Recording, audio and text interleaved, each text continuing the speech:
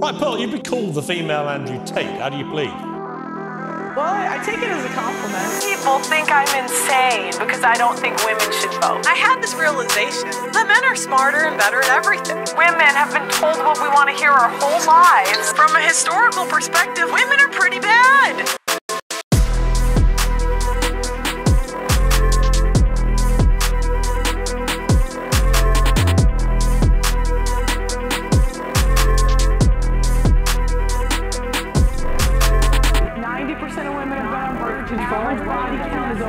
So, I understand the complaint. When you search the word pearl on Google, you get the definition of a small, glistening sphere formed within the crystalline shell of an oyster, highly regarded for its beauty and rarity as a jewel.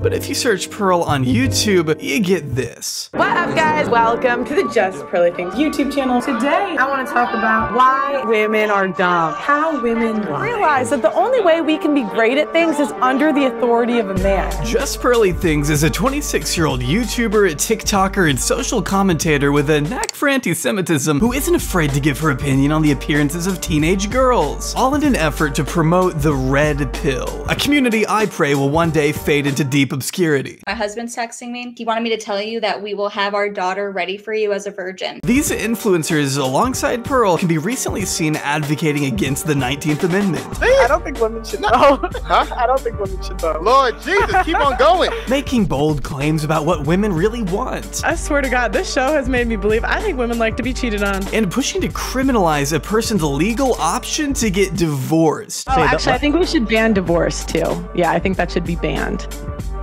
Yes. Okay, well, that's a little bit silly. You have to acknowledge that, right? No. Something you'll hear these people often espouse is that women are expected to adhere to a very strict set of arbitrary guidelines in order to be considered desirable or high value. This is a notion Pearl subscribes to as well. Only the difference between Pearl and her contemporaries is that she, if you haven't noticed, is a woman. A token of femininity floating across a vast sea of testosterone, yearning desperately for a crumb of credibility, even if it means existing only to attack and demean her own group. Which is a long way of saying Pearl isn't like the other girls, because she's worse. And let's just be honest, we're basically like big kids, right?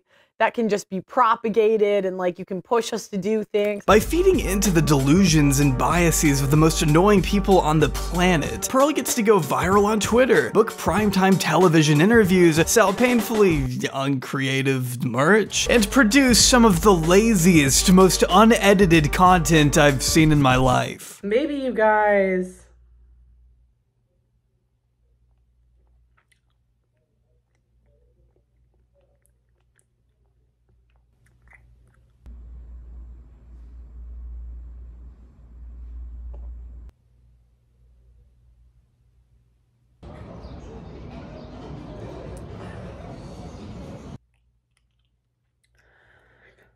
I can't find it. Maybe she genuinely sees her work as an act of good. Or maybe it's possible that Pearl is only doing all of this to feel a sense of pride and acceptance that she herself has never received. Because believe it or not, Pearl wasn't always like this. Before all the hate and desperation that plagues her image today, Pearl's life actually seemed far less polarizing just a couple years ago. Hey guys, today I am here with my sister Eva, and she is going to give a chicken coop tour. I don't need no validation. I don't need no validation. Okay, you don't need no validation. Except from TikTok. Ah! A lot of you guys have been asking questions. So I kind of ended up being like a full-time TikTok, like YouTuber by accident. I can't actually show you any of Pearl's original TikToks because her first account was banned, along with her second account, her third account, her fourth, fifth, yeah, you get it. Pearl gets banned a lot. 2 years of work, 930,000 followers, and I have been officially banned. I got banned off of TikTok. I got banned. They banned account number 3, but you can't get rid of me, baby. You can't get rid of me, baby. Account number 4. I still got banned. Free Just Pearly Things. Give me my account back. In fact, Pearl is now on her 8th TikTok attempt, at least at the time of me recording this. Maybe when this vid finally comes out, she'll be on her 9th. I mean, God knows it wouldn't be surprising. But as sad as I am to be missing out on what I'm sure is some valuable content. So I said, you're a whale. You're a whale. You're a whale. You could say maybe the whale was too far, but she was a bigger woman. We can still get a good idea of what Pearl was like in 2020 by turning over to her YouTube channel, where she's attained close to 2 million subscribers and over 900 million total views just over the past 2 years. Of course, most of those views aren't totally meaningful considering they're from YouTube Shorts, which rarely translate over to active subscribers or substantial ad revenue, but we'll discuss all that in a bit. It's true that Pearl owes much of her notoriety to the likes of Andrew Tate and Fresh and Fit, who she has collaborated with on a number of occasions during her tenure in the Red Pill community, podcasting alongside inebriated sex workers, sex traffickers, and Nazis. Welcome, Nick Fuentes. But when we look back on some of her earliest uploads, we can see Pearl was actually once pretty far removed from the characters who make up the manosphere. In fact, I doubt she even knew who any of them were back when she was making things like My First Vlog, A Trip to Florida, Chicken Coop Tour, wrong spelling, and Mansion House Tour, 10 bedrooms. Okay, so I'm gonna show you the front of the house. See, Pearl herself comes from a very wealthy, sheltered background in Chicago, with both of her parents, Dan and Jennifer Davis, being quite accomplished software engineers in their own right. Jennifer being listed as the former CEO of Davisware, a multi-million-dollar company the couple founded together. She's now the CEO of another organization she founded, Be Exponential, which is described as an online community seeking to provide tangible and realistic advice to women and mothers specifically in navigating parenthood or life as a whole. Their website also mentions that Be Exponential was built by women for women, which is an interesting footnote considering the kinds of things Pearl has been known to advocate for as of recent. For instance, Pearl believes men solely built society by themselves. Therefore, it must be impossible for women to be oppressed because the men have already solved everything. Men built the world for women to just shit on them. Right. In the world that they built. They built a society that's safe. There's no wars. We have the police to protect us. When they talk about women being oppressed, it's wrong. It's not correct. She doesn't actually believe men and women are equal, as she's very open about this. I think there's something evil about telling women we're equal to men because it demasculates the men and it harms the women too because it takes away the one thing we need, which is guidance. The more I think, the more I'm like, gosh, the natural world order has to be men, women, children.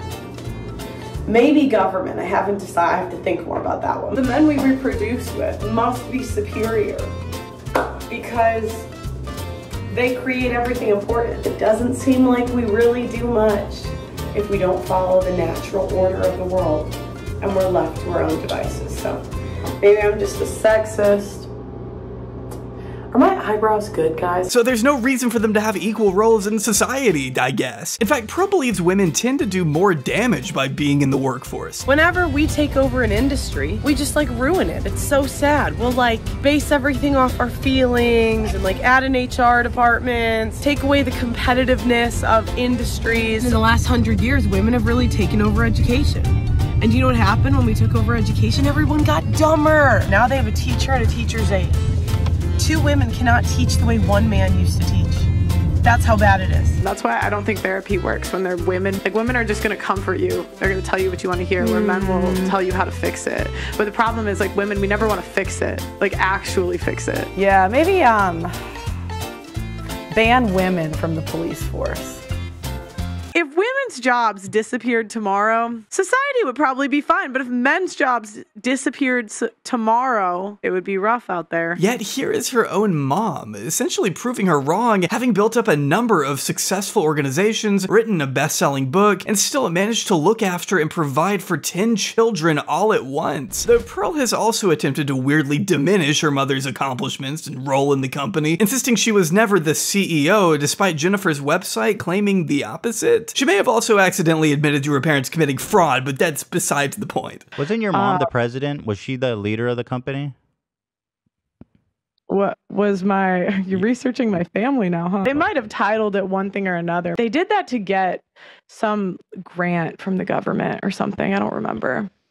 But so, is that a crime?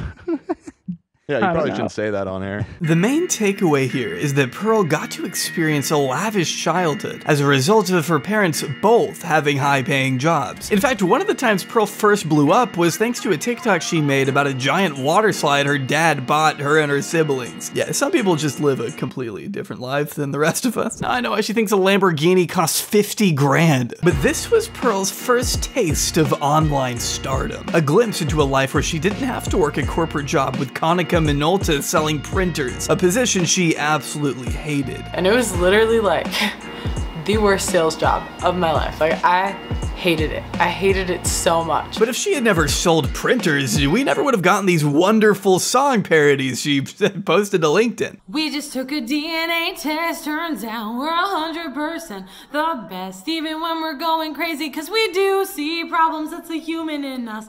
Bling bling, then we solve them, that's a salesman in us. I'm starting to see why she hated working there. You should call me on my work phone all day when you need a printer. Call me on my work phone all day when you need a printer. And I know when that work phone rings. Yeah, you know, COVID was a weird time for all of us. I'll just say that. My name is Pearl from Konica. I'll help you save till I can't no more. We got the printers in the back. It's still better than her recent music. Feminism is the worst thing ever. Yeah, we get our money. Yeah, we get our job. Yeah, we dumped our high school heartthrob. But then we end up alone on antidepressants. All alone. Pearl spent much of her pre-internet days playing sports, boasting about how she was a 3-sport athlete in college. In fact, her original plan was to join a program that would allow her to move to Europe and play basketball while completing a master's degree, until the program fell through, leaving her more time to post on TikTok. This is how she accidentally became a full-time influencer. Then the season gets canceled again, so I'm just like, kind of left like with no job, no real plan, and just like, I don't even know what I'm gonna do next, but I'm gonna take you guys with me. You'll see what happens. Something that immediately stood out to me when I was first watching these older videos is how differently Pearl carries herself here compared to now. Trading in her Lakers hoodies and sweatpants for more of a trad wife look that these red pill guys go for, maybe? These are all just my own observations, of course, but I can't help but think I'm watching two different people here. I blew up on TikTok because I was really blessed because my parents just have like really cool stuff. My dad's like nuts, so he bought this like big water slide from a water park, and I just told the story of how the town didn't want him to put him up. I think the women are dumber than the men because I think our emotions just get in the way. We're too emotional. We see a problem, we get emotional about it, where the men can just think. Maybe she's just not as passionate about the stuff she talks about today. I haven't seen you talk to an actual scholar once. You just talk to kind of random women. Mm-hmm. Right? I mean, that's fair to say. Right. Mm-hmm. So when you say you talk to feminists, you just mean like random women off the street, not like a scholar. That's say they're feminists. I mean, after all, this really isn't her forte. Unlike Andrew Tate, Pearl hasn't quite dedicated decades of her life to misogyny just yet. She only picked it up recently. When I first started watching red pill content, I didn't always like it, guys. They're saying girls are whores, we're fat, and we bring basically nothing to the table nowadays. But the more I listened to the content and really thought about my experience in the world, I couldn't really say that they were wrong. According to one article I found from 2020, Pearl was first gaining traction on TikTok after just several months of creating her account. Her initial claim to fame being her breakup quiz series, in which she wrote a bunch of questions that viewers could then send to their ex-partners to fill out for Pearl to post publicly. And it was pretty successful too, posting the best answers from a pool of nearly 9,000 submissions. Telling Yahoo, I try to post the most appropriate ones. I know there are kids on this app, so the bigger I get, the more I try to keep it PG. Damn, I wonder when she stopped caring about that. What if you've only had one partner, but you had 10 abortions, you were a stripper, and you had OnlyFans? whore, not a whore. This article, though, also makes sure to note that Pearl herself has yet to send the quiz to anyone in her past, considering she's never actually been in a real relationship. Pearl stating, "I actually have not had a boyfriend that was serious enough for me to send it to, hence why I had my followers take it. The only long-term relationship I can think of is a guy I talked to for a couple years in college," which in itself is totally fine and normal. Everyone moves at their own pace, and there's no shame in dating later in life, except Pearl might slightly disagree. Just because you're 35 and you're single doesn't mean you'll be single at 40, at 60, at 70. Well, but the problem is at 35, you've lost all the things that men value. That's the problem, because men value femininity, fertility, and they value youth. So you can't say you're youthful when you're almost halfway through your life. Like, you can't say you're fertile when you're about to have geriatric pregnancy. So it's like, and you look worse than you did at 25, right? So the way you're thinking is like a woman. Not to mention, it's almost been 3 years since this article was published, and to my knowledge, Pearl still has yet to be in an actual long-term relationship. Though there was the time she briefly dated the angry TikTok reaction guy, not for very long. Her ex-best friend of 22 years, Emily, says that despite her brief time with angry reactions, Pearl has still never had a serious relationship. Has she ever been engaged? No, never. And she's never even been in a serious relationship. Like, honest to God, her and Wanye, like, that wasn't even that doesn't even count at all, because what was that? And that's where we run into a bit of a problem. Pearl, as someone who has evidently never been married, never been engaged, never even held down a boyfriend longer than a few months, still somehow has the nerve to tell other women what to do in their relationships. Publicly, it's her job to do that. A huge part of her brand relies on judging other people's marriages from afar. Pearl likes the idea of being married. She wants a family someday and wants to have kids. But does that by itself mean she's a reliable source on how a marriage needs to work? What exactly gives her the right to tell others how they're doing things wrong when she herself hasn't even experienced a relationship the way she thinks she wants it? Pearl's relationship advice might as well be completely fucking discarded, even by her own metric. I've noticed a lot of therapists are like older single women, and I'm kind of like, if you can't maintain a relationship, why would I take advice from you?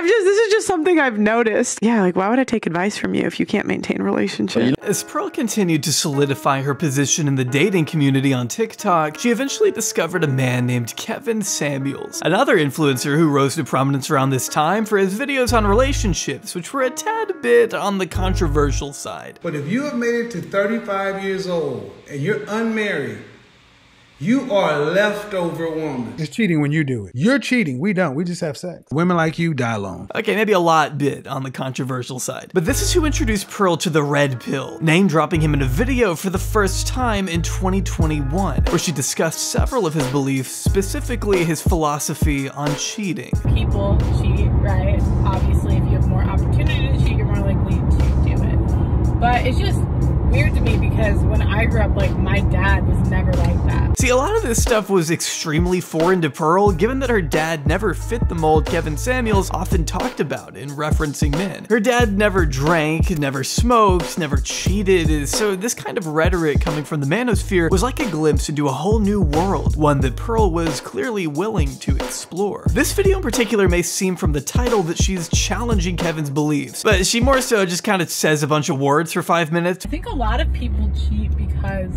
of like situations that they put themselves in. So I don't know if that's like a disagreement or what. In my notes for this one, I just wrote down, "Goddamn, she rambles. She doesn't even make much of a point here, LMAO." Does that make sense? I don't know if it makes sense. I'm half paying attention to driving, half paying attention to you guys. To further acquaint herself with this community, she very much began consuming as much of their content as she could, listening to their arguments and regurgitating their talking points on her own platforms. Okay, fourth thing I've learned from the manosphere And I'm not gonna talk about if this is true or not true. Women are always willing to leave you for a better option. Women today are less marriageable than ever before. Like, women can and will take all of your money. Women will do things like withhold sex if they don't do like chores or something. She was so excited to share what she had learned, in fact, that she even brought her family into the mix, which had some varying results. Today, I have a special guest on the channel, my little sister, Amelia.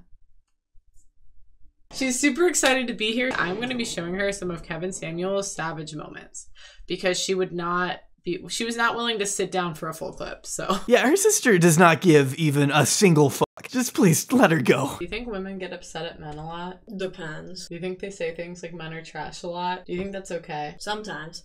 Really? Depends on the guy you're talking about. Do you think, but in general, do you think that's okay? Like, men are trash, like just in general? I don't know. I don't really have an opinion on that kind of stuff. I mean, sitting your 13-year-old sister down in front of a laptop and forcing her to watch Fresh and Fit is bad enough. They're kind of players a little bit. You ready? Stop looking like I'm torturing you. Why the hell are you gonna pay full price for a goddamn car that's been used? If I'm gonna invest into you, I need to know you are not used, man. What does your YouTube feed look like on a daily basis? It literally looks like this stuff. It's like men's dating advice. You are so single. Someone had to say it. But why are you also exposing her to the repulsion that is your community? I mean, these comments are insane. She has no life in her. She's gonna do hard drugs when she gets older. She for sure is not attracting anyone in life. She will die alone. I'm not sure if she's strictly heterosexual. Your sister is clueless. Like, no man, she's just a teenager who doesn't want to watch Kevin Samuel's videos at 2 in the morning. Is that so unreasonable? So that was Kevin Samuel's. What did you think?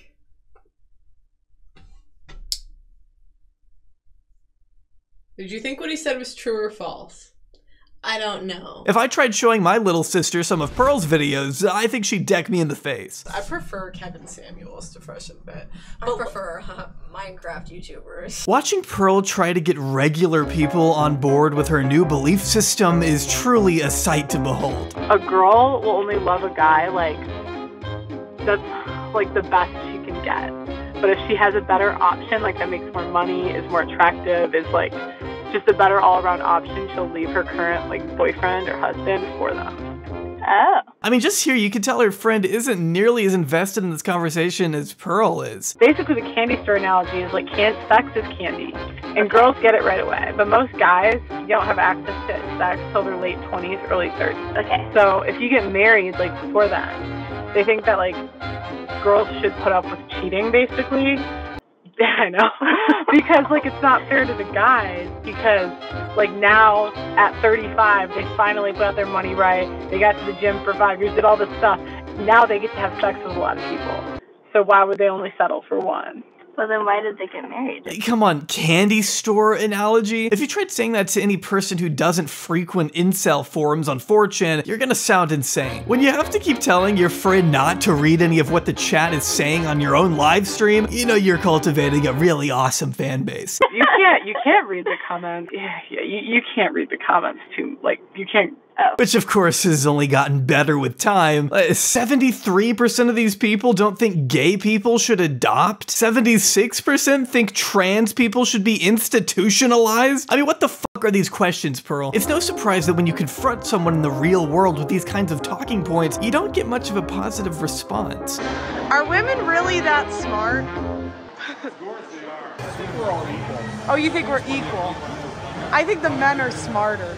If you say so. Hell, Pearl has lost lifelong friendships over these takes. Her ex-best friend we mentioned earlier, Emily, being amongst the most vocal after Pearl publicly lied about her being too fat to get pregnant. So Hannah and I were friends from 2002, pre-K, until last year when I stopped being friends with her. So in the beginning of her video, she's talking about our last conversation we had a year ago in March, where I confronted her about talking about women's bodies and their weight and all that cuckoo bird shit she talks about. And I was like, are you okay? Are you okay? And no, she defended it all. So I was like, okay, we're done. I'm sorry. I mean, these two were close friends. There's no disputing it. Pearl is deluding herself to the point that it's affecting her personal life. Just like how Sneako's family didn't invite him to Christmas on account of his batshit opinions. Do you know that this is the first year I'm not going home for Christmas? They don't,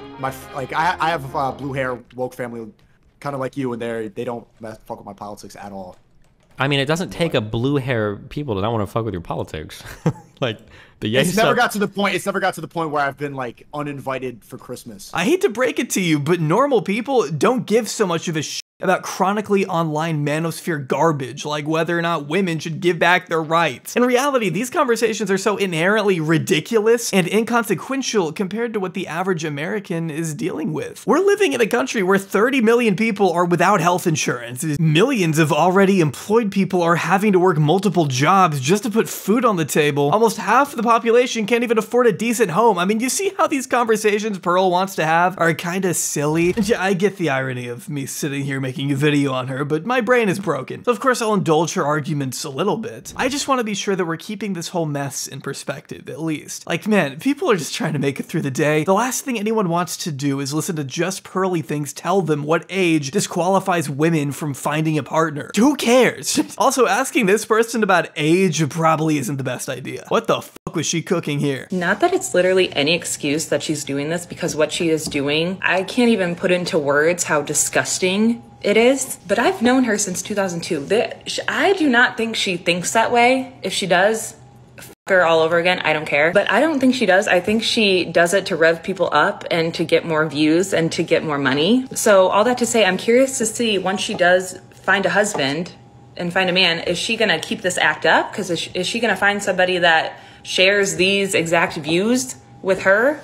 Or is she gonna meet someone and be like, okay, I don't actually think this way. According to both Emily and Angry Reactions, Pearl's bizarre obsession with churning out the most mind-numbing takes imaginable seemed to happen overnight. Because a lot of people be in my comments be like, she had to have been like this when y'all was dating.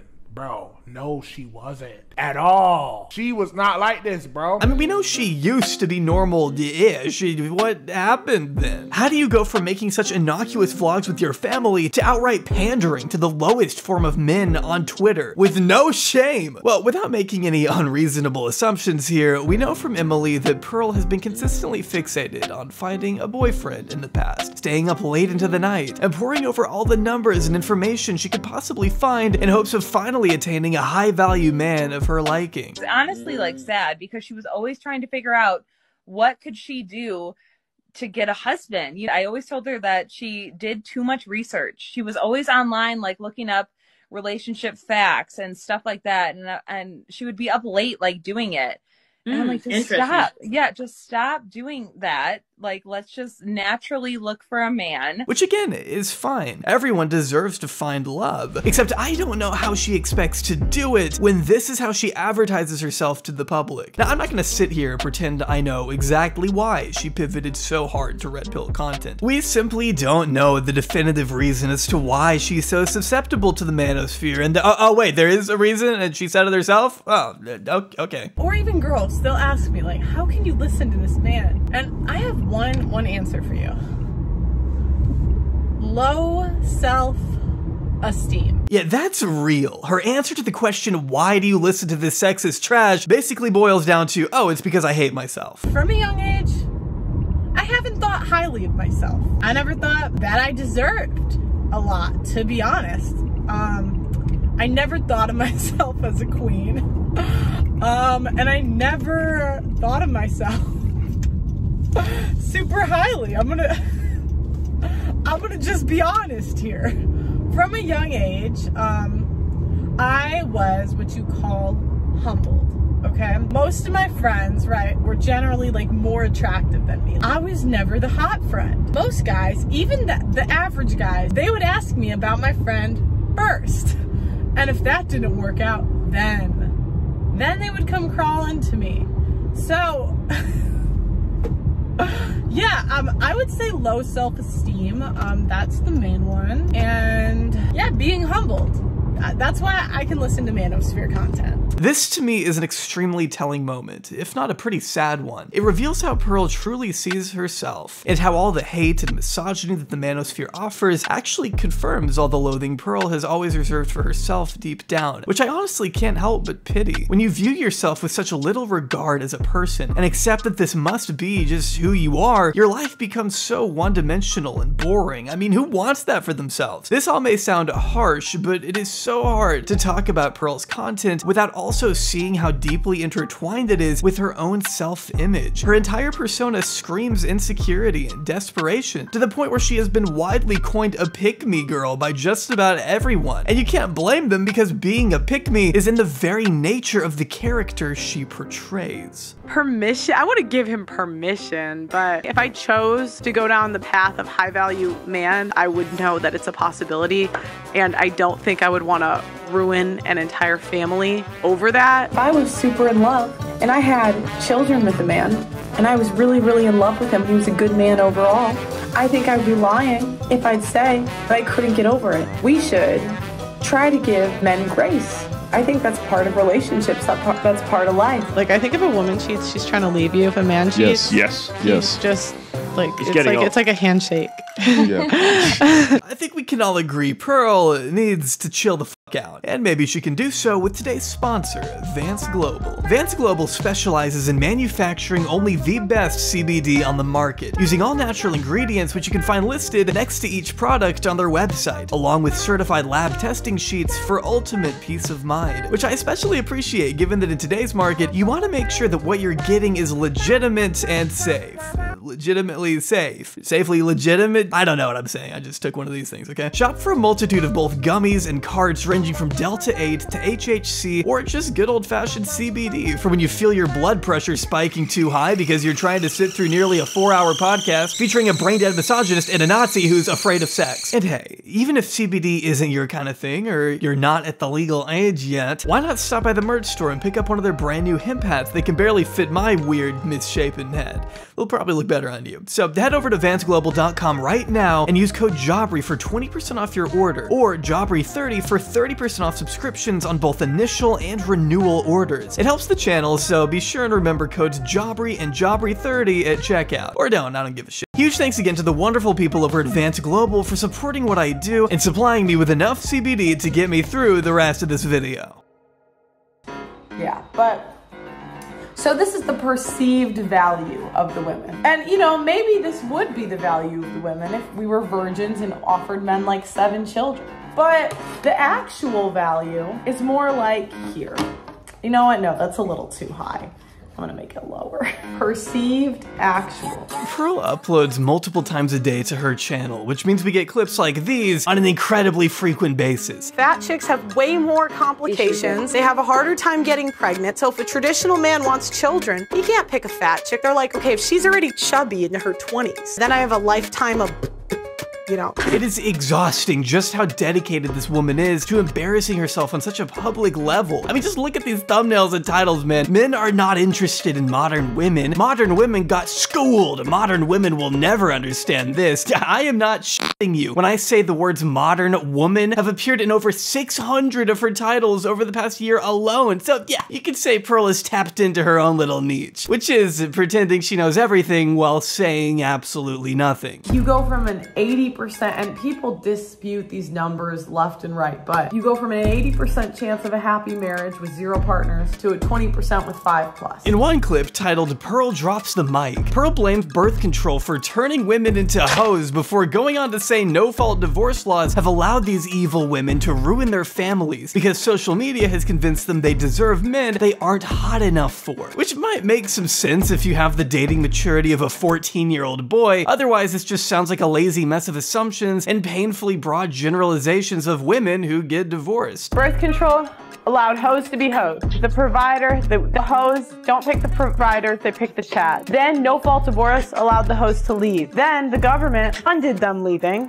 And then social media made girls that are 6s think They're 9s and 10s. They break up their home because they think they can do better and they can't. Class dismissed. I mean, how is this meant to be convincing? Well, it's not supposed to be convincing. It's supposed to reinforce the stereotypes men have of whatever qualifies in their minds as modern women. Here is Pearl, a woman, saying the things that feed directly into the biases of someone displeased with women having access to things like birth control, Instagram, or divorce. Here is a woman reassuring them that they're right without actually citing any direct evidence or examples as to why. And the morons in the comments eat it the fuck up. This chick should win the Presidential Medal of Freedom. Pearl's dad is Chuck Norris. We need smart people like her in Congress and Senate. She's doing the work of the Lord. She should run for Congress. You gotta respect the way these freedom-loving patriots want the federal government to strip rights away from half the population. Why women shouldn't vote. Yes, okay. I would like to tell you how I came to this conclusion. I wanted to know why men were so angry about women. When I started researching the stuff, it was pretty easy to figure out why. 90% of women have been on birth control. 1 out of 3 women has had an abortion. 1 out of 3 women has an STD. Average body count is over 5, so that your average wife has slept with over 5 people. 95% of women are not virgins on their wedding days. I understand the complaint. See, the YouTube Shorts format fits Pearl's arguments a lot more suitably than a full-length, fleshed-out video could. The 60-second time limit lends itself to the inherent lack of nuance in her beliefs. Plus, these get way more views, too. I don't know what it is, but there's just something about these shorts that takes the algorithm by storm. There's a way more potential to go viral here than anywhere else. Without any extra efforts, you can get 22 million people to watch this. If my son came home from school one day and said to me, look, Mum, I'll be honest with you, I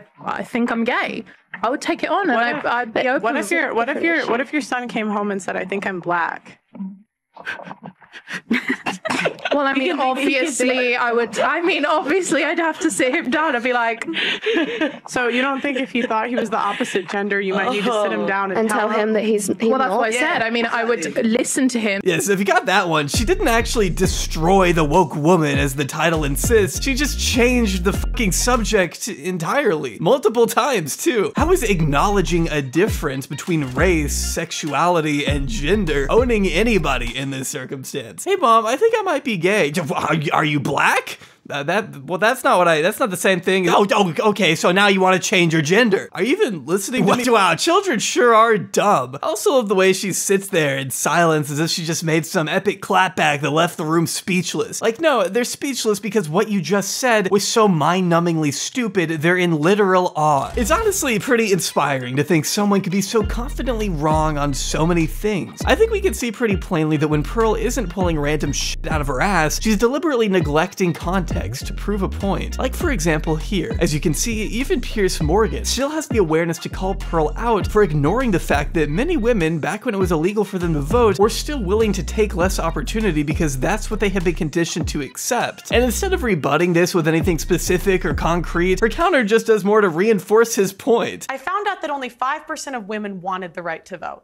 And I couldn't figure out, like, why would women not? No, it's true. It's true. You look it up. At the time. At the time. Because they've been conditioned by men to think that they shouldn't have a vote. I mean, that's what they say. But, you know, I started reading their writings, right? And what I found out was that the reason a lot of women advocated for it was because they believed it was the beginning of the breakdown of the family. Yeah, obviously, that's what their writing is gonna say. How does that mean they weren't being brainwashed? It also goes back to responsibility. Men are 80 to 90% of the military. They run all of the infrastructures that make society run. So I just think if we want an equal say in society, then be equal. Go apply to be on the oil rigs. Go be a plumber. Go be an electrician. Go be on the front lines of the military. And then we should have equal rights. But until feminists are willing to do that, I don't believe we should have the freedom without the responsibility. Okay, well, I don't think that I'm physically built for that. You might be. Pearl's position here seems to be that because men supposedly do all the heavy lifting in society, then we deserve certain privileges like the right to vote. Since women are, according to her, not contributing the same as men, they shouldn't get those same rights. But a policy like this wouldn't make much sense because not all men are doing such hard, intense labor. I'm not making this video from atop an oil rig, so would I still get to vote in Pearl land? I guess this is something Pearl realized though, because by the very next day, she was clarifying that not all men should be allowed to vote either. So there you go. We have to define What is the infrastructure? Farming, manufacturing, transportation, building the buildings, paving the roads. Now remember, women do teaching, we do nursing, but if those jobs went away, the infrastructure of society would still run. We would still have food, we would still have water, we would still have a military. Why should we have an equal say? Maybe because you're still living in society? Why should not participating in the specific fields you mentioned disqualify someone from choosing how our communities are governed? If everyone is affected by the actions of the government, then everyone should ideally have a say. I mean, this shouldn't even be a debate. Plus, Pearl overlooks the other countless jobs that are crucial for society to run. I mean, just the fact that she's so quick to dismiss teachers and nurses really underlines what little of a grasp she has on the world around her. If nurses disappeared, our healthcare infrastructure would immediately crumble, and if teachers disappeared, we'd all turn out like Pearl. She became friends with Winston and Clementine Churchill. Why does Churchill sound familiar? Winston Churchill did something or wrote something. British Prime Minister. Oh yeah, I wouldn't know that. Let me know. Maybe I'm wrong. Maybe Pearl's just a misogynist. I just hate women, and I'm just a dummy YouTuber who doesn't know anything. Yeah, well, you said that, not me. But I will say, when literal children are agreeing with your takes, it might be time to reconsider some things. Girls don't work as hard as the boys. She's red-pilled! Pearl will spout something off like, there are more sex workers in America than teachers, which has certainly been contested. As the most recent stats on prostitution from 2016 estimate there to only be a total of 1 to 2 million sex workers living in the US, compared to 4 million teachers as of 2023. But let's just be super generous and say Pearl was also counting the 2 million or so OnlyFans creators in her tweet as well. That will put the number closer to 4 million, I guess. But it's clear she's not really going off of any hard numbers. And even if there were more sex workers than teachers, so what? What is Pearl even trying to prove here? That women are less interested in teaching the next generation and more interested in being sluts? I mean, what is the insinuation? If anything, it would just prove how thankless of a job teaching has become. It's not surprising that people would turn to a job that actually pays them. If you want there to be less women on OnlyFans, Pearl, then you should be advocating for things like higher wages and better working conditions, but she doesn't even want women to be teachers in the first place. 2 women cannot teach the way 1 man used to teach. They now have a teacher and a teacher's aide on average in classrooms. And it used to be 1 man, and the men used to have better outcomes. Unfortunately, there isn't a whole lot of data on this subject in general, and I have no idea which study Pearl could possibly be pulling from here. I wonder why that is. But the Center for Global Development lists the results of a few experiments from several countries, noting that in Ecuador, children were randomly assigned to teachers for 4 years, and researchers examined the impact of teacher gender on math scores. They found that teacher gender does not affect the math achievement of boys or girls, with similar results coming from other countries like China as well as Korea, where female students performed substantially better on standardized tests when assigned to female teachers. As far as Western countries go, the CDG notes that studies tend to find little or no effect, other than at least one from the US that found a positive one. And that's just me going off whatever studies I could find. I am absolutely lost in figuring out where Pearl is getting her information. But who am I to question the omniscient foresight of the all-powerful Pearl Davis? In fact, she's actually somewhat of a psychic. That's right, this woman can see directly into the future. Zendaya is gonna leave his ass. Her hypergamy is gonna get the best of her. I'm sorry, Zendaya is like a sweetheart, and I think a lot of like high value men are gonna be interested in her. It's not that Tom Holland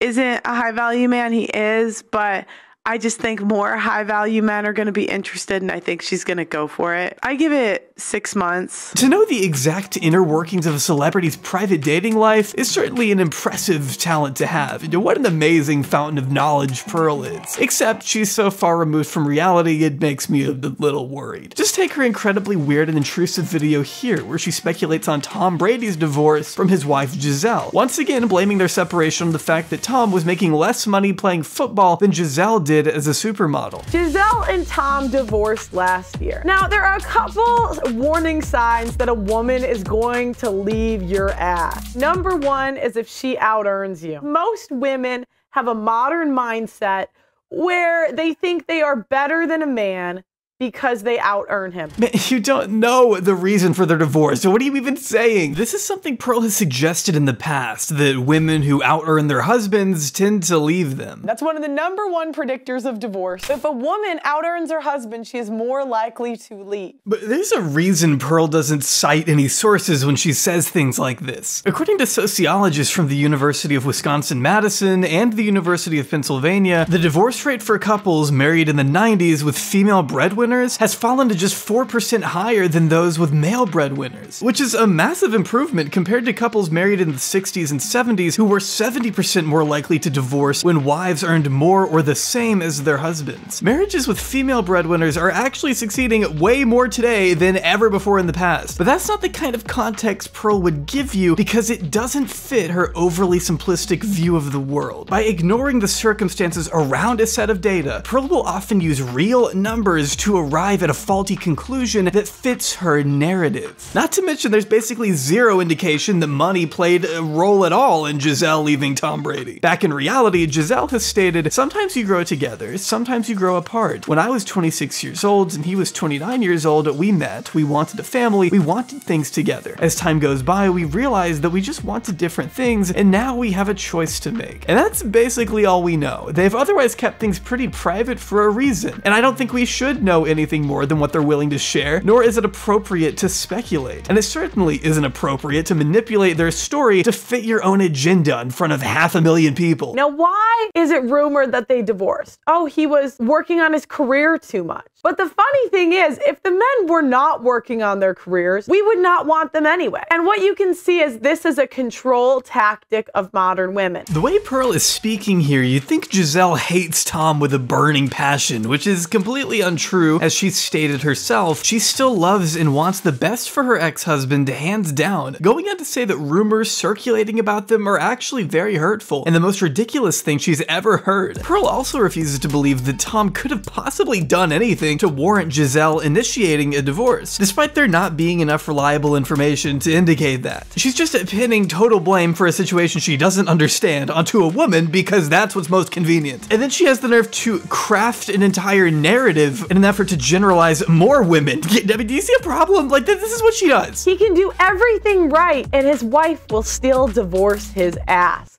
Women are never happy. You can give a woman everything she wants and she will never be happy. I mean, Pearl is literally just writing her own fan fiction about a celebrity couple she will never meet. The title is just blatant clickbait. Not once during these 7 minutes of absolute torture does she give even a single example of Giselle getting furious at anything. You're just using famous names to Trojan horse your putrid beliefs because nobody cares what you have to say otherwise. And as a Cowboys fan, I hate that Pearl is making me defend Tom Brady. But reinforcing parasocial relationships with football players honestly pales in comparison to clickbaiting a person's actual death like she does in this video. What up, guys? Welcome to the Just Pearly Things YouTube channel and welcome to Pearl Daily. We have a OnlyFans model who died trying to be a whore.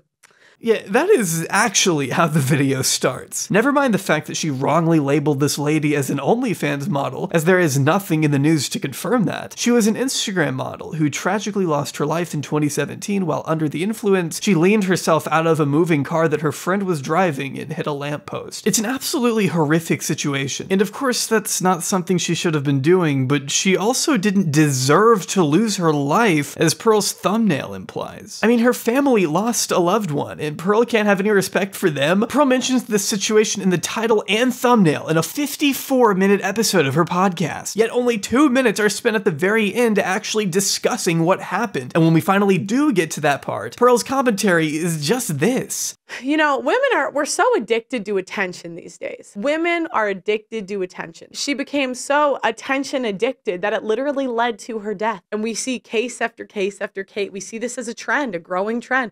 More women getting so addicted to social media that they ruin their marriages, you know, they don't watch their children, and they literally die for attention. And I think we gotta identify trends. So let me know what trends you see happening in society, and let me know what you want me to cover tomorrow on Pearl Daily. Make sure you like the video on your way out. I mean, to look at this tragedy and think, I wonder how I can use this to my ideological advantage is sickening, to the point that even some of Pearl's own fans have called it out. But Pearl isn't in the business of being tasteful or compassionate. For example, if this is your genuine reaction to peaceful protesters being forcibly manhandled into the back of an unmarked vehicle at the hand of an oppressive government, I'm not going to take you seriously on anything. F around and find out. In the US, we have a whole month dedicated to gay people. We have flags everywhere. They're pushing gayness in the schools. There was a gay pride parade in Russia. Putin said, no, thank you. Keep that ideology out of here. And this is what happens. They shove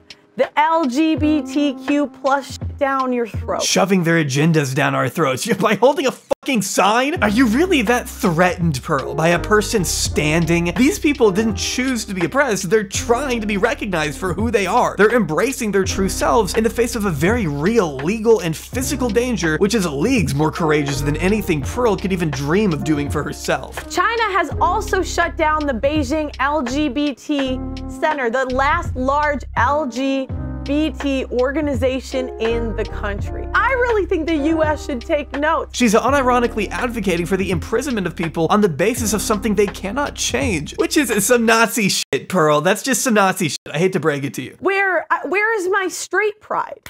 I want straight pride month. What about hopelessly unmarried and unhappy month for you specifically? We are getting to the point where we're putting sexuality on a pedestal. Putting sexuality on a pedestal? Oh, you mean like what you do for a fucking living? We have women that really are, I would say, genetic like masterpieces, great bodies, but they still are not exempt to being modern women. This woman is 51 and twice divorced. Literally, this woman is at the end of her life. Pearl? End of her life? She's 50 years old. Is she gonna die of old age at 56? What does life look like at 70 for her when her looks are actually gone? Because I don't know.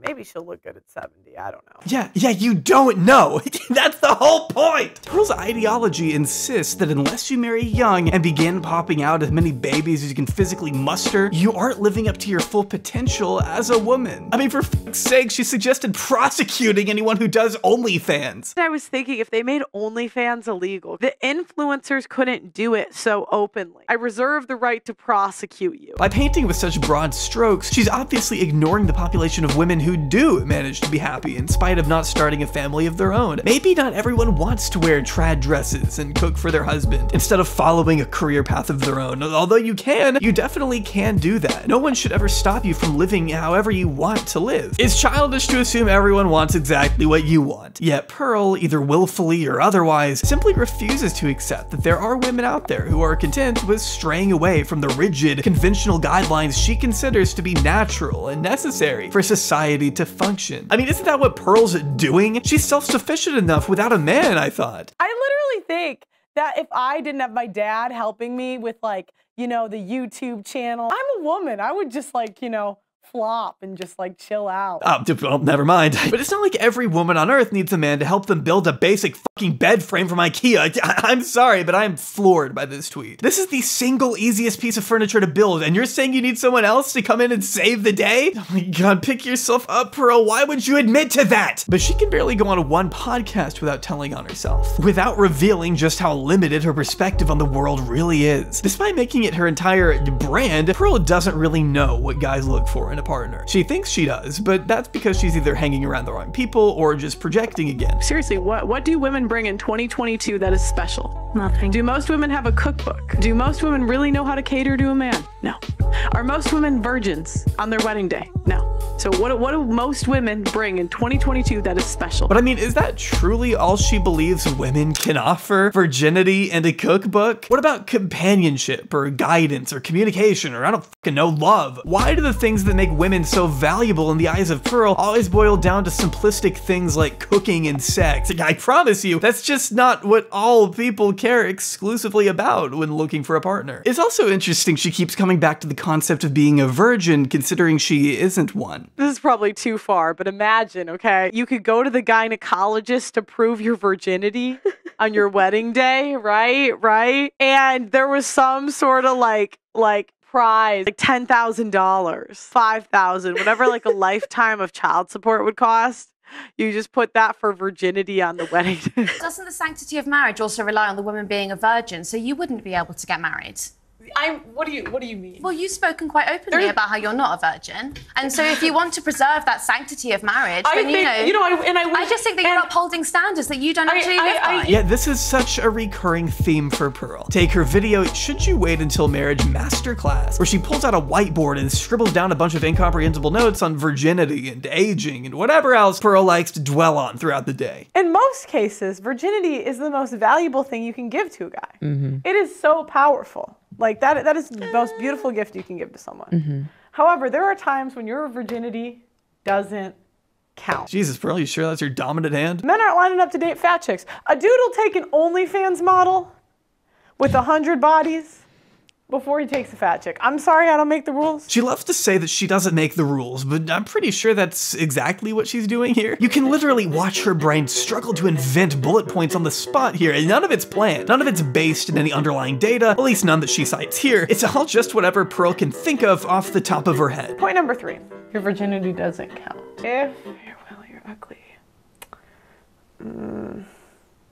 Oh yeah, I forgot. Words are spilling out, but somehow nothing is being said. Your virginity doesn't count if you're ugly, because if your girl's face looks like it was smashed in with a baseball bat, but she's a virgin, or would you rather you get a girl that's pretty hot, but you know, like 10, 20 bodies? 10 bodies. And that's what I'm saying. Your virginity, it's valuable, but it's not valuable if you're a whale or you're ugly. At a certain point, it's just depressing to listen to. It's discouraging and untrue to think that if you're an older woman or you don't see yourself as conventionally attractive, then you're lost in the dating market. Why is that the message you want to put into the world? Men value youth. Youth goes with purity. But if you're over a certain age, nobody's lining up for a 41-year-old virgin. If you're over the age of, should we give them 28? Men are starting to question what's wrong with you. Why are you a virgin at 30? If a dude is looking at you and saying this is a new BMW, or I could get a slightly used BMW for a lot lower price with, you know, some mileage, but low mileage, who are you picking? Low mileage. Low.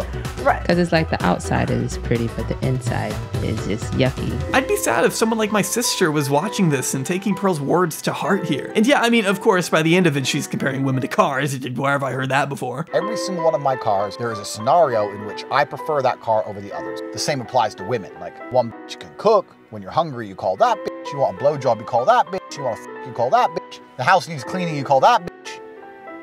But I don't want anyone to think I'm sexist or misogynist. It obviously didn't take long for Pearl to grab the attention of the man who paved the way for her lucrative new business, cozying up with those who pioneered an industry of misogyny so airheads like Pearl could come along and steal the show by ripping all of their talking points, which in turn just boosted her reputation even more. Out of all of Pearl's podcast appearances though, the most controversial came when she brilliantly decided to bring self-described white nationalist and I guess now advocate for child grooming Nick Fuentes onto her show, The Pregame, which I haven't talked a lot about yet because it is so painstakingly boring. Okay. What was I gonna... When do you notice a woman's looks start to fade? The pregame usually just consists of Pearl dragging whatever random women she can find onto a panel and strong-arming them into agreeing with her takes. You can watch her physically preparing to jump down the throat of anyone who dares speak out against her. It's just such an unwelcoming format. I wouldn't recommend for someone to stay in an abusive relationship. So if someone's being Why is abusive the first thing that comes to your head? Because I'm not saying that's the first thing. It's the first thing you said. Yeah, but I've known women that have left from relationships because of physical abuse. Is that the majority? I can't really speak for the majority. You think the majority of men are abusing women? You think that's probable? Man, she didn't even say that! Pearl hears what she wants to hear and doesn't settle for anything less than the absolute most generalized terms by diminishing nuance and forcing her guests to pick a side in the debate that demands far more depth than Pearl will allow. It all depends on the person that you are. Okay. I mean, there's a lot of people that are I'm gonna make one caveat. No, it depends. I'm banning it depends. I'm banned it. Like, we have to pick a side. And if you dare step out of line. I think what the lady is simply doing is trying to bring up the facts, and I agree that we should actually be holding men and women equally accountable, because we should be saying that there are men who should take responsibility. I think if men... No, Paul, let me finish. Let me finish. I was speaking. No. We should Again, be it's not holding your... men... Okay, get out. Go. Bye. Why? I told you no. But that's just what usually happens. The episode with Nick Fuentes is a little different, given that she doesn't actually argue with him at all. In fact, she just offers his cretinous talking points about race mixing and slavery credibility by agreeing with him at times. This sounds similar to the slavery stuff too, because that's literally the founder of, or the guy who made Roots said, I wanted a myth for my people to live by. So they often, but that's what they do, is they embellish, and I'm not trying to say it wasn't horrible, it was. Right. But they want to make it like more horrible so that they can control people. So that was Pearl perpetuating the idea that slavery was embellished. But hold on, yeah, we'll get back to that. Throughout this 3-hour podcast, Pearl gives Nick the floor to share why he believes the Holocaust was also embellished, casually laughing along while he rattles off the various Jewish entities that he says want to control us or whatever. I'm not even sure how much I can play here, but at one point Nick refers to himself as a Holocaust revisionist while disputing the actual number of people killed in the genocide. So I think that's all you need to know. It was only after she received criticism, though, that Pearl strangely removed this interview from the face of her channel, along with issuing an apology. I want to first say I take full accountability for everything that happened. Everything that happens in life, as I say to the girls on my show, is my own fault. The fact that people are making these videos is my own fault. And the situation that I'm in is my own fault. Come on, Pearl, don't backpedal on me like this. You happily put this episode out into the world. Don't deprive us of it now because you got scared of the woke mob. Don't tell me you're scared, Pearl. In between the time that we booked you to come on the show and you actually coming on the show, you had a guy called Nick Fuentes that you interviewed. Yeah, Nick.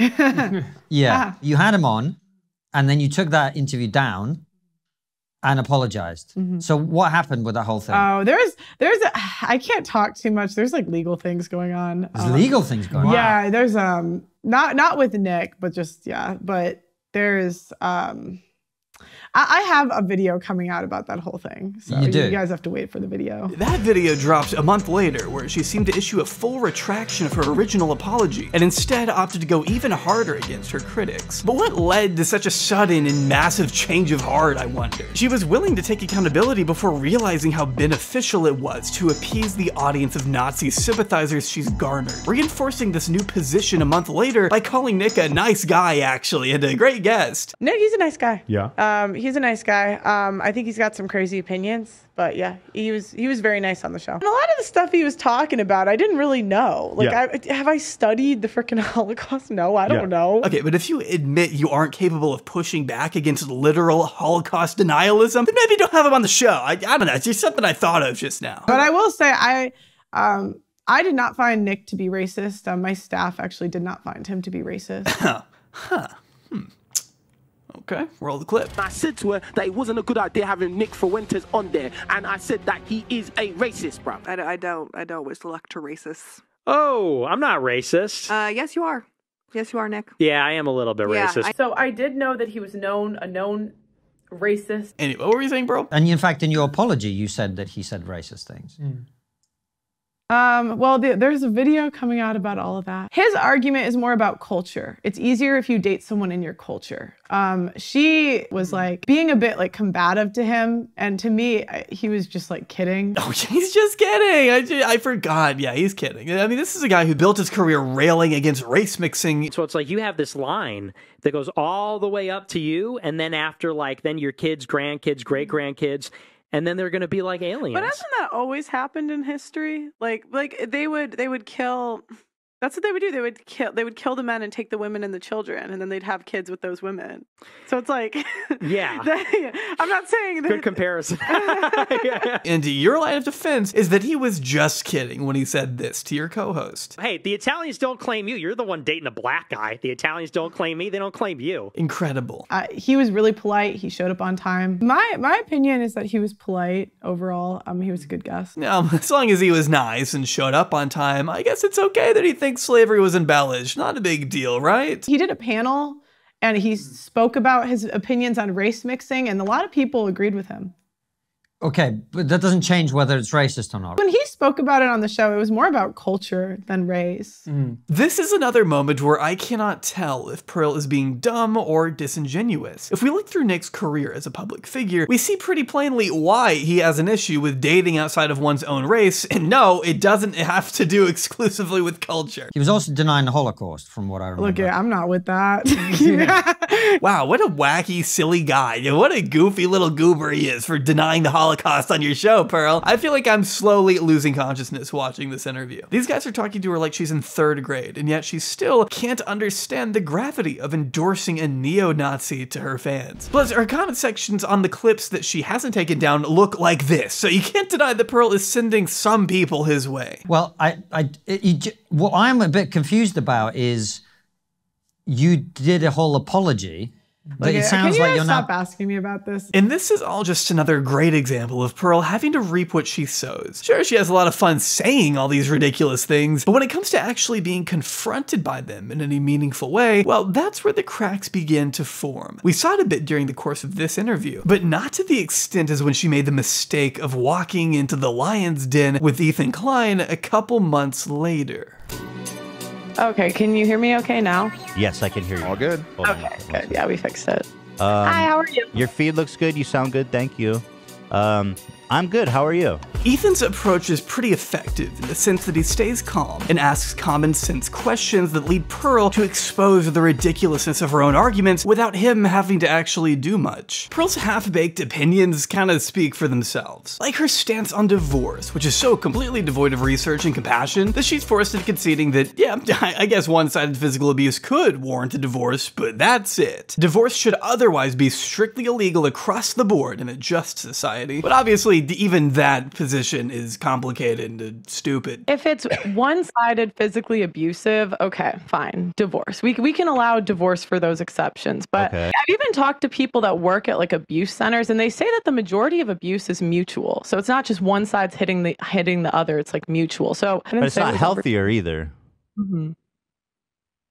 I just think that the goal should be to keep families together and that the goal should be to work through it. Okay, but what if they can't? Do married couples really deserve to be locked into a situation that is actively hurting both of them? Would you really wish for your parents to stay together when they're physically and verbally demeaning each other in front of you every day? What good could ever possibly come from being forced to grow up around such a dangerous, vitriolic environment? Having to watch your parents constantly at each other's throat all because the government says that's the way it should be. If Pearl had her way, divorce would also be handled in criminal court as opposed to family court. But she again completely neglects the mental and logistical toll it takes for a mother or father to go through the arduous process of criminally charging the other parent of their kids. I'd wager that a lot of parents probably don't want to go through that extra headache when they're already juggling so much. But Pearl knows that, because as she tells Ethan, she'd rather strip every existing incentive there is to separate from your spouse, which really means she doesn't want single mothers getting support from the government after leaving a situation that wasn't good for them.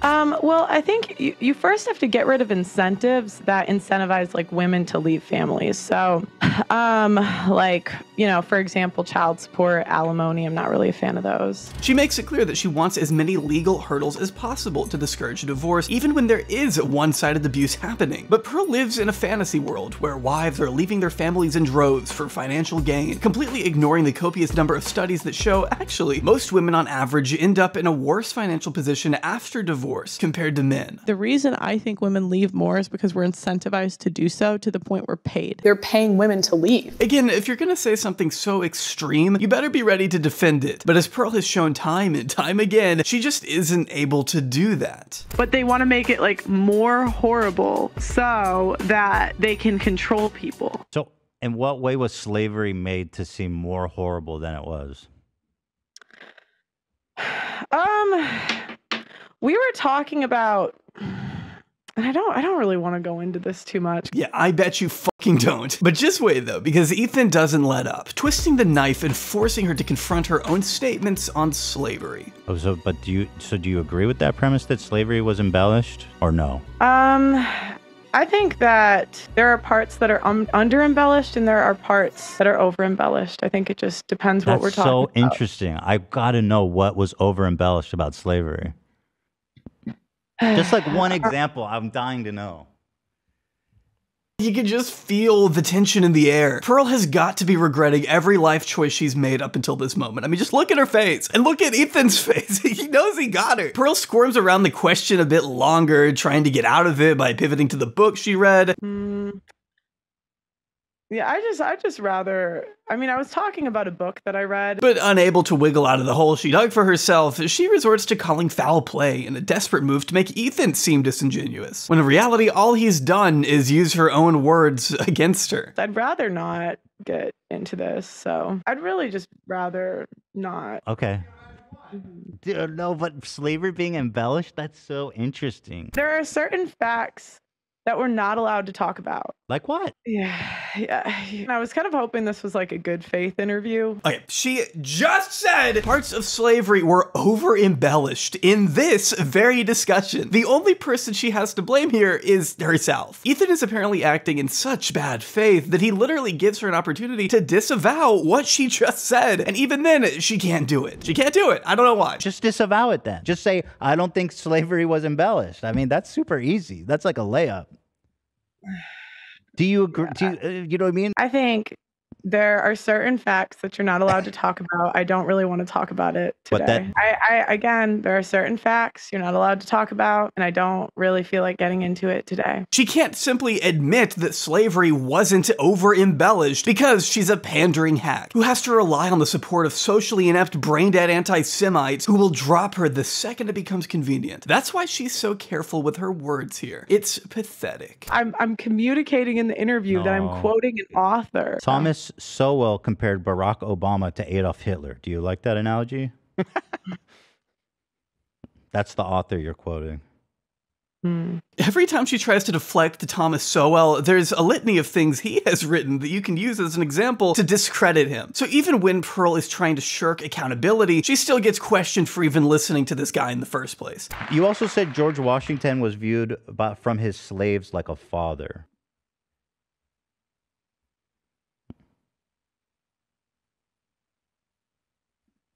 Did you say that?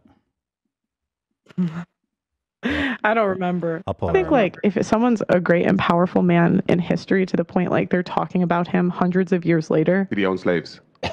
George Washington. Yeah, he did. Yeah, no, real man to me. I'm just saying. His slaves actually, like, he had a really good relationship with them, and they considered him like a dad. I used to read actual slave accounts, and I was surprised how many didn't say bad things about their owners after they were free. It's gotta be so fun being Pearl, to just consume a bunch of writings and not consider the broader context of them whatsoever. If only we had a term to describe what happens when those kept hostage develop a sort of bond with the people keeping them in captivity. If only there was an explanation for that concept. Stockholm Syndrome played a thing. This girl's really trying to sit here and say like, yo, a lot of slaves actually love their masters because in a really fucked up psychological way, they had to learn to be able to endure. To be able to survive. You know, the thing that you want to do for beat up women in their relationship, endure. I mean, Ethan touches on this, but what would even be the point of bringing this up in the first place, other than to downplay the severity of slavery? People have a right to be disgusted by that, Pearl. But I thought we were talking about the issues. They are trying to talk about the issues, and ironically, you don't want to talk about what parts of slavery were embellished. You can't go into the details, probably because you know how bad it would make you look. And that doesn't mean Ethan is being disingenuous. He's trying to get to the point of what you believe, and you aren't letting him because you're a cowardly grifter at heart. This exchange is a prime example of how Pearl cannot stand the heat from her own provocative statements, which is precisely why she will not last very long in this industry. She already isn't taken seriously by those she's attempting to win over, and in the red pill community, there are no half measures. You either go all the way or you don't go anywhere. Interviewing Fuentes only to take it down and apologize isn't helping her, and then being too sheepish and embarrassed to defend herself on Ethan's show only exposes her as more of a charlatan. All she does is say things to rile people up, and I personally can't tell how much of it she believes and how much of it is just to appease Nazis. I mean, there's no other way to put it. Colleen Ballinger addresses allegations, defending herself in a 10-minute song she posted on YouTube. We all remember where we were when Colleen Ballinger busted out the ukulele in response to grooming and pedophilia allegations in July 2023. I feel like I can already hear the comments on this video. Mind-blowing lyrics such as "not a groomer, just a loser," and "the only thing I've groomed is my Persian cat" left a lasting impression on all of us, if I had to guess. But none more so than Pearl, who stole Colleen's entire flow, not without adding a couple dashes of anti-Semitism and casual Holocaust denialism, of course. Why can't we talk about the... My guess is that Pearl decided to neglect showering for a couple weeks to focus on crafting a song so bad, so upfront in its content, that it's honestly more cringe than it is offensive. Just this brazen rhetoric masked as some quirky indie song poking fun at you know who. Why can't we talk about the... without getting kicked off of YouTube. Now, I'm not saying Hitler was a good guy, but I kinda wanna know why. Now there's all these conspiracy theories, and the more they talk, I think maybe they're right. Yeah, genocidal language. So lighthearted and fun, huh, Pearl? So silly. I'm not trying to be rude, but why can't we talk about the Jews? The irony of asking why we can't have these conversations in a video with millions of views is pretty beautiful. Pearl certainly got whatever attention she was looking for though, because duh, she's entertaining Jewish conspiracy theories. Obviously the pushback to that is going to be massive and well-deserved. But once again, I guess she couldn't stand the heat, because she quickly took it down within 24 hours. But that doesn't mean it was going to be forgotten after she deleted. Pearl wasn't gonna have the easiest time wiping people's memories of it that fast, though she was stupid enough to make an appearance on Piers Morgan's talk show the following day. This week, she's facing a major backlash for posting a song titled "Why Can't We Talk About the Jews," which she dedicated to far-right commentator Nick Fuentes before later deleting it. And just so we're completely clear, this wasn't Pearl's first rodeo. She had been a guest on Piers' show a number of times at this point. But back then, it was all fun and games for Pearl. She had a blast spouting off whatever garbage she thought was funny at the time, because Piers never really got in the way. He may have disagreed, but he never really held her accountable for anything on a serious level. So Pearl definitely had her guard down by the time she walked into her third appearance to discuss the elephant in the room. Although the way she reacts to her song being played live on air makes me wonder if she even knew what they'd be discussing here at all. I mean, she looks betrayed, like she had no idea they'd be bringing this up. But I can tell you for absolute certain, she hardly expected Piers to react the way he did. Then I wake up the other day and I see this thing that's trending involving you doing this song. And I couldn't really believe what I was watching. I didn't know, why did you find it funny? Huh? Did you find it funny? I mean, you know the backlash to it. I mean, you deleted it. You obviously thought you shouldn't have posted it. Mm-hmm. Why did you do that? Genuine question. Oh my god, it hurts. It hurts to fucking watch. The little she gives, it kills me every time. This is the face of a woman who just realized she has to defend a song called "Why We Can't Talk About the Jews" on national television to the founder of End Jew Hatred and an audience of 1 million people. This is the face of someone who royally fucked up. Why did you do that? Genuine question. I mean, the point was more about cancel culture and people getting kicked off of social media if you finished the song. It was more about, like, you can't talk about this topic without being canceled by the left and the right. I don't really have a strong opinion either way. It was kind of just like tongue in cheek. But just to be clear, what are the conspiracy theories surrounding Hitler, which you feel the more you hear them, the more you're interested in them? Well, I don't know, because I can't hear them. Huh? I don't you know the ones that Nick Fuentes. Well, I wasn't even talking about Nick. Despite my issues with him, Piers does a pretty effective job impressing Pearl on some of the vagueness in her language here. Like, what conversation is she wanting to have exactly? What about the Holocaust can we not talk about?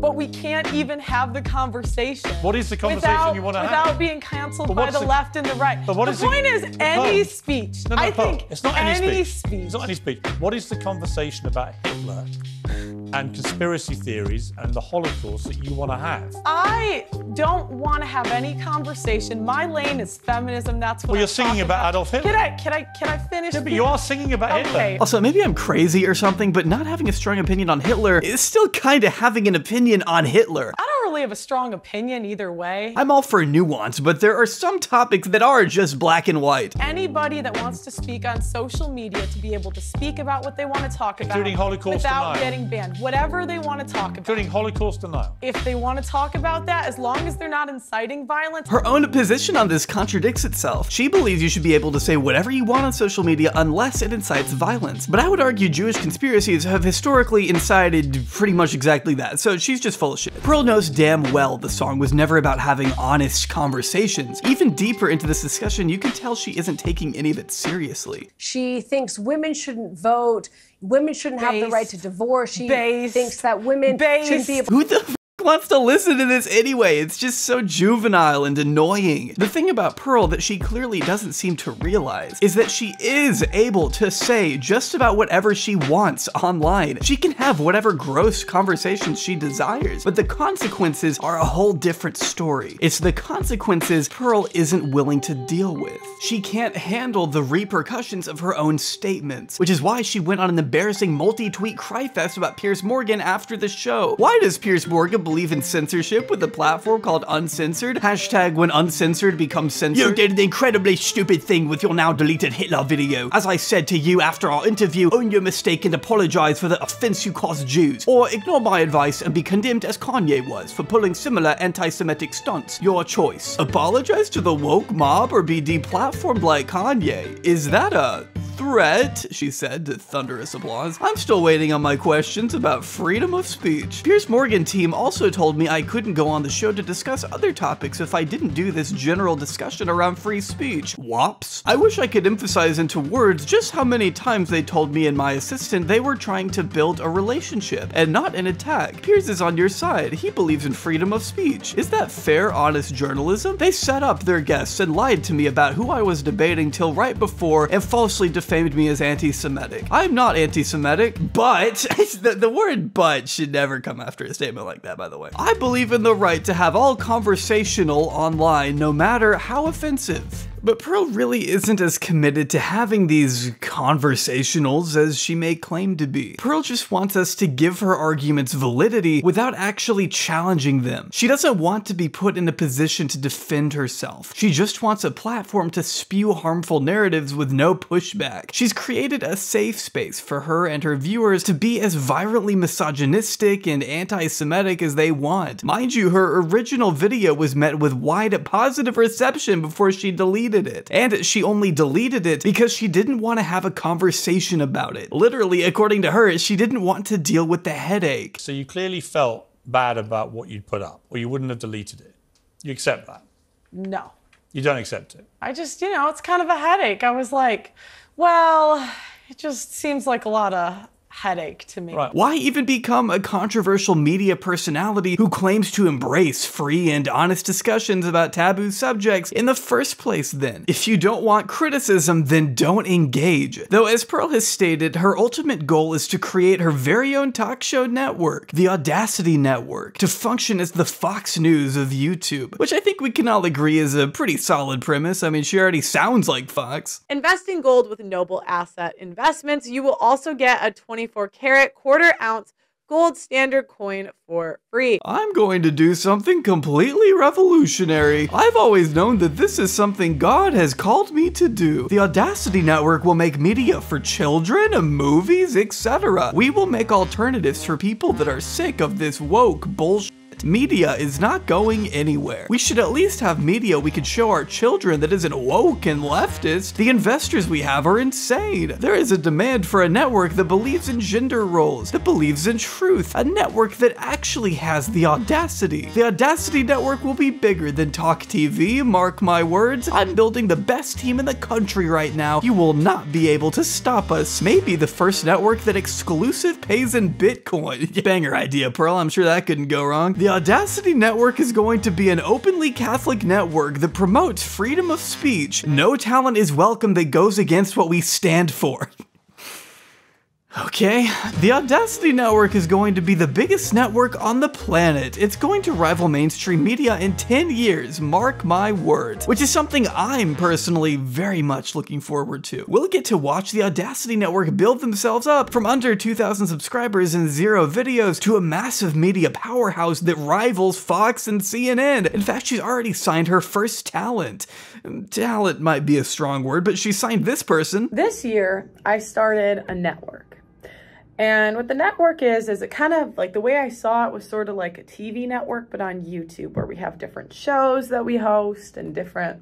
I'm just a really creative person. I mean, if anyone can make it work, it's Pearl. She can almost count to 100, so of course she knows how to build a media empire from the ground up. I just hope she doesn't alienate all of her future business partners like she's done in the past. I'm making this video today that I didn't initially want to make.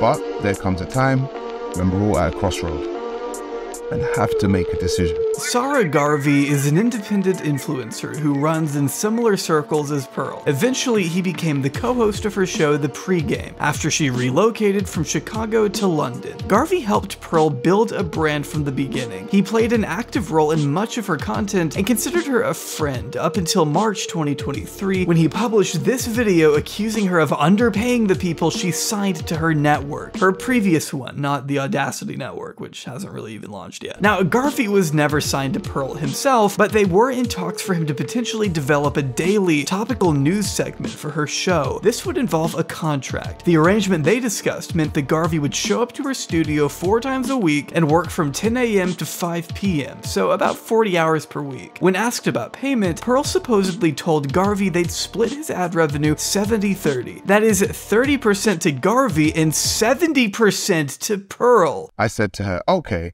so what is my guaranteed fee at the end of the month? What is the salary? And she looks at me and she says, we do not do guarantees and we do not do salaries. She said she does percentages. So I said, okay, cool. Well, what's the percentage? She said, Sarah, you're the high end, so you will get 70-30.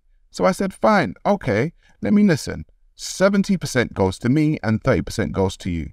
Now she looked at me and she said, no, 70% goes to me, Pearl, and 30% goes to me, Sarah Garvey. That's right. The cost of using Pearl's studio is apparently worth 70% of your channel's ad revenue for 3 years. And that was her premium deal, too. The contracts she gave other creators are alleged to be even more predatory. According to Garvey, the 2 other influencers signed to Pearl's network were only seeing 20% of the money they generated at most, while Pearl raked in the remaining 80%. I shouldn't have to tell you how blatantly wrong that ratio is. And I said, hang on a minute. So are you telling me that's a high-end contract for you? She said, yes. I said, what's the low end? She said it's 10 to 15%. So essentially, she could be owning 80% of the content, the monetized views on somebody's channel, and they only take home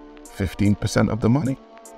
She said yes. This caused an immediate rift within the manosphere, triggering Pearl's other co-host by the name of Auntie Jenny to respond to Garvey that same day. Being one of the 2 creators he alleged was signed to Pearl's 80-20 split, I was excited to hear her perspective. But most of this video is just her making personal attacks against Garvey for wearing cheap shoes. You're bad-minded and you're bitter. You sound sad and bitter. And then you know your £15 shoes, your £15. Yes, I check because I'm that kind of person. I looked inside and I saw Primark. I don't do this because I need the money. I do it because I got nothing better to do, because I'm retired. I guess Jenny's point of view is that she's retired, so she doesn't care about the revenue split, but it still doesn't make it any less of an outrageous contract. Garvey still has a right to find his offer incredibly unreasonable. If you can't afford to pay people a decent wage, maybe don't hire them, or just ask your millionaire daddy for a bigger allowance next month. Pearl made sure to respond to Garvey's accusations herself, not on her own platform of course, but in this interview on a completely different person's channel. A lot of times people don't understand the cost that goes into the back end of like running one of these things. She begins by explaining that it's expensive to run a company, which nobody was ever denying. It's just that you should probably not take such a massive cut of someone else's revenue for 3 consecutive years, especially when they're in person working so many hours on end for you, or sitting and doing nothing as Pearl calls it. You know, it's fine if you don't want to do that kind of deal. It's not for everybody, but this is for someone that just wants to sit down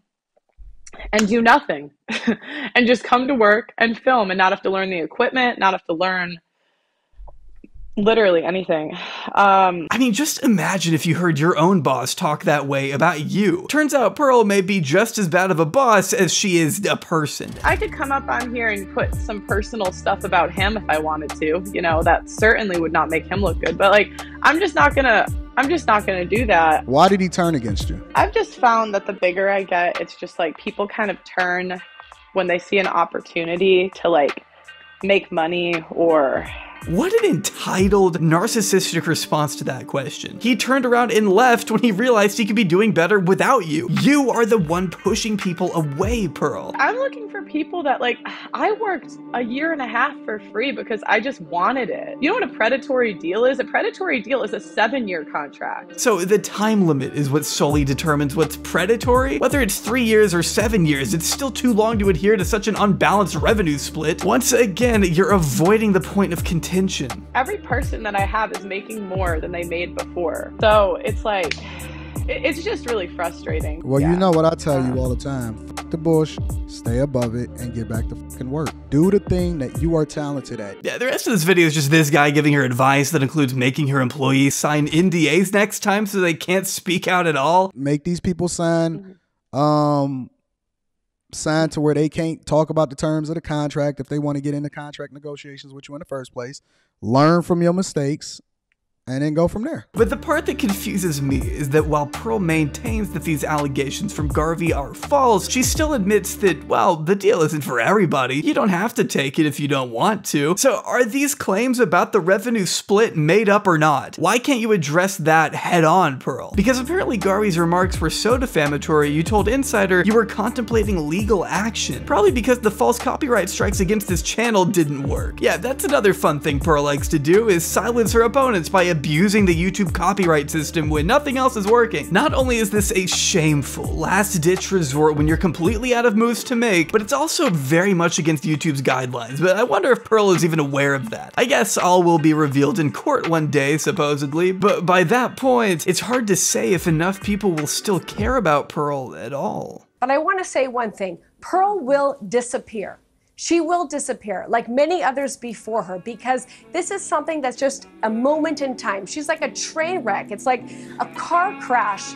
You know, for example, you know you shouldn't be looking at it, but you can't take your eyes off it. The fame that she has amassed so far is really pretty shallow in the sense that Pearl's viewers only come for her talking points, not so much for Pearl herself. Her overnight success can be mostly attributed to the luck she's had in milking YouTube Shorts, but her actual ability to cultivate a grassroots community of people who care about Pearl as an individual is pretty much non-existent. I mean, she doesn't say anything inspiring or insightful. She only appeals to hatred and anger. The rotating door of controversial influencers has seen countless versions of Pearl come and go over the years, none of them really leaving any meaningful impact beyond whatever shitstorm they managed to kick up before their timer inevitably runs out. While her status as a reactionary darling may one day dwindle, the damage she inflicts upon her reputation now will never be restored. We've seen Pearl hit this realization a few times, when her closest friends began leaving her behind, when Ethan Klein held her feet to the fire, and when Piers Morgan humiliated her live in front of a mainstream audience. All of these instances, mind you, have been a direct result of Pearl pandering to a community of losers who will absolutely turn on her the second she accidentally says something they don't like. Pearl has spent the entire past few years of her life tearing others down in order to lift herself up, positing herself as one of the few good women left in society. But but that strategy can only take her so far. Because what happens when your audience begins to see through the hypocrisy of your own existence? Pearl doesn't live a life anywhere close to the one she expects from other women. She's unmarried, she isn't a virgin, she's hardly experienced or knowledgeable in any of the issues she engages in. She isn't built to last in the industry she's so confidently poured so much time and effort into. But I'm afraid that sooner or later, she will be forced to accept that her choices come with inescapable consequences. Pearl has made her bed, and now she has no choice but to lay in it.